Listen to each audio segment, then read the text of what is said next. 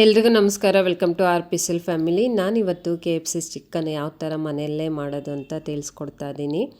ಚಿಕ್ಕವರಿಂದ ದೊಡ್ಡೋರವರೆಗೂ ಇಷ್ಟಪಟ್ಟು ತಿಂತಾರೆ. ಮನೆಯಲ್ಲಿರೋ ಅಂಥ ವಸ್ತುಗಳನ್ನ ಬಳಸ್ಕೊಂಡು ಯಾವ ಥರ ಮಾಡೋದು ಅಂತ ನೋಡೋಣ. ಒಂದು ಅರ್ಧ ಬಟ್ಲಷ್ಟು ಮೈದಾ ಹಿಟ್ಟು, ಒಂದು ಅರ್ಧ ಟೇಬಲ್ ಸ್ಪೂನು ಬೇಕಿಂಗ್ ಪೌಡ್ರು, ಅರ್ಧ ಟೇಬಲ್ ಸ್ಪೂನು ಸಣ್ಣುಪ್ಪು, ಒಂದು ಮುಕ್ಕಾಲು ಟೇಬಲ್ ಸ್ಪೂನು ಖಾರದ ಪುಡಿ, ಒಂದು ಅರ್ಧ ಟೇಬಲ್ ಸ್ಪೂನು ಪೆಪ್ಪರ್ ಪೌಡ್ರು ಇಷ್ಟನ್ನು ಹಾಕಿ ಮಿಕ್ಸ್ ಮಾಡ್ಕೊತಾ ಇದ್ದೀನಿ.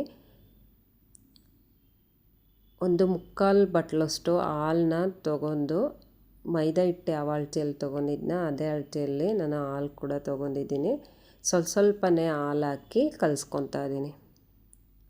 ಒಟ್ಟಿಗೆ ಹಾಕ್ಕೊಬಾರ್ದು, ಸ್ವಲ್ಪನೇ ಹಾಲು ಹಾಕಿ ಕಲಿಸ್ಕೊಬೇಕು. ಗಂಟಿಲ್ಲದೆ ಇರೋ ಥರ ನೀಟಾಗಿ ಕಲಿಸ್ಕೊಬೇಕು.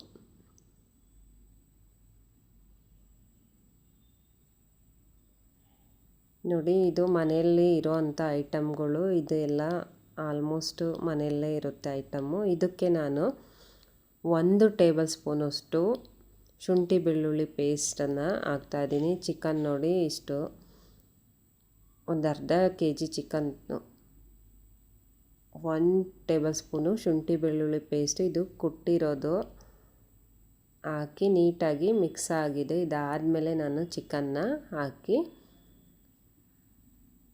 ಕಲಸಿರೋ ಹಿಟ್ಟಲ್ಲಿ ನೀಟಾಗಿ ಎದ್ದಬೇಕು. ನಾನು ಸ್ಪೂನಿಂದ ಕಲಿಸ್ತಾ ಇದ್ದೀನಿ, ಕೈಯಿಂದನೂ ಕಲಿಸ್ಕೊಬೋದು. ನೀಟಾಗಿ ಕವರ್ ಮಾಡಬೇಕು.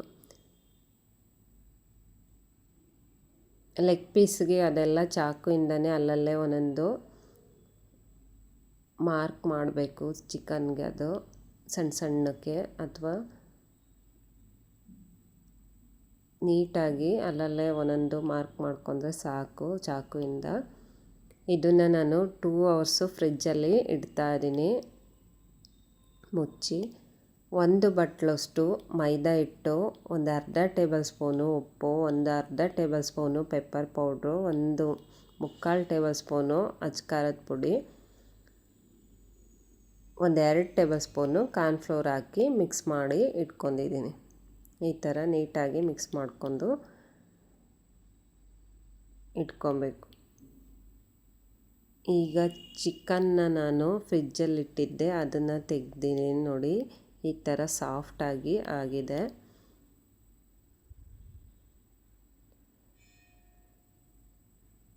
ನೋಡಿ, ಈಗ ಹಿಟ್ಟು ಕಲಸಿಕ್ಕಿದ್ನಲ್ಲ ಅದರಲ್ಲಿ ನಾನು ಒಂದು ಕೋಟ್ ಇಟ್ಟು ಎದ್ದುತ್ತಾ ಇದ್ದೀನಿ.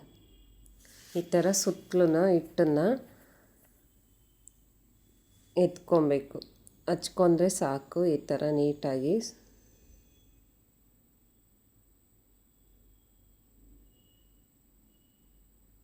ಇದಾದಮೇಲೆ ಇಲ್ಲಿ ಕೋಲ್ಡ್ ವಾಟ್ರು ನೀರಲ್ಲಿ ಎದ್ದುಬಿಟ್ಟು ಇನ್ನೊಂದು ಕೋಟನ್ನು ಮಾಡ್ಕೊಬೋದು.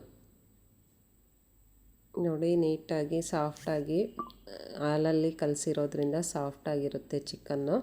ಇದನ್ನು ಕೋಲ್ಡ್ ವಾಟ್ರಲ್ಲಿ ಎದ್ದುತ್ತಾ ಇದ್ದೀನಿ. ಕೋಲ್ಡ್ ವಾಟ್ರಲ್ಲಿ ಎದ್ದಿದ್ರೆ ಡಬಲ್ ಕೋಟ್ ಆದರೆ ನೀಟಾಗಿ ಹಿಟ್ಟು ಹಿಡಿಯುತ್ತೆ ಅನ್ನೋದಕ್ಕೆ ಡಬಲ್ ಕೋಟು ಮಾಡ್ತಾಯಿದ್ದೀನಿ.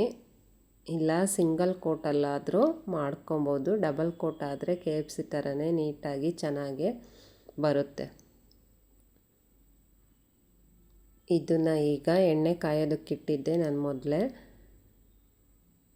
ಇದು ಎಣ್ಣೆ ಜಾಸ್ತಿ ಹಾಕ್ಕೊಬಾರ್ದು, ಯಾಕಂದರೆ ಕಲ್ಲರು ಚೇಂಜ್ ಆಗುತ್ತೆ ಮೈದಾ ಹಿಟ್ಟು ಹಾಕಿರೋದ್ರಿಂದ. ಕರಿಯೋದಕ್ಕೆ ಎಷ್ಟು ಬೇಕೋ ಅಷ್ಟನ್ನು ಉಪಯೋಗಿಸಿದ್ದೀನಿ. ಇದೇ ಥರ ಎಲ್ಲ ಪೀಸ್ಗಳ್ನು ನಾನು ಹಿಟ್ಟಿಂದ ಎದ್ದು ಒಂದು ಕೋಟ್ ನೀರಲ್ಲಿ ಎದ್ದಾದಮೇಲೆ ಇನ್ನೊಂದು ಕೋಟ್ ಮಾಡ್ತಾಯಿದ್ದೀನಿ ಹಿಟ್ಟಲ್ಲಿ. ಈ ಥರ ನೀಟಾಗಿ ಮಿಕ್ಸ್ ಮಾಡಿಕೊಂಡು ಎಣ್ಣೆಯಲ್ಲಿ ಕರಿಬೇಕು. ನೋಡಿ, ಎಣ್ಣೆಯಲ್ಲಿ ಫ್ರೈ ಮಾಡಬೇಕು ನೀಟಾಗಿ. ಮೀಡಿಯಮ್ ಫ್ಲೇಮಲ್ಲಿ ಫ್ರೈ ಮಾಡ್ಕೊಂಡ್ರೆ ಸಾಕು. ಇಲ್ಲ ಜೋರಾದ ಉರಿಯಲ್ಲೇ ಆದರೆ ನೀಟಾಗಿ ಸುತ್ತಲೂ 2 ಕಡೆ ಫ್ರೈ ಮಾಡ್ಕೊಬೇಕು. ಮೀಡಿಯಮ್ ಆದರೆ ಚೆನ್ನಾಗಿ ಬೇಯುತ್ತೆ. ಲೋ ಫ್ಲೇಮಲ್ಲಿ ಇಡಬಾರ್ದು, ಮೀಡಿಯಮ್ ಫ್ಲೇಮಲ್ಲಿಟ್ಟರೆ ನೀಟಾಗಿ ಬೇಯುತ್ತೆ. ನೋಡಿ, ತುಂಬಾ ಚೆನ್ನಾಗಿ ಬಂದಿದೆ. ಫಸ್ಟ್ ಟೈಮ್ ಮಾಡಿದ್ದೆ, ನನಗೆ ಕೂಡ ಖುಷಿ ಅನ್ನಿಸ್ತು. ಯಾಕಂದರೆ ಟೇಸ್ಟ್ ಎಲ್ಲ ತುಂಬ ಚೆನ್ನಾಗಿದೆ. ಈಸಿಯಾಗಿ ಮಾಡ್ಬೋದು, ಕಷ್ಟ ಏನಲ್ಲ.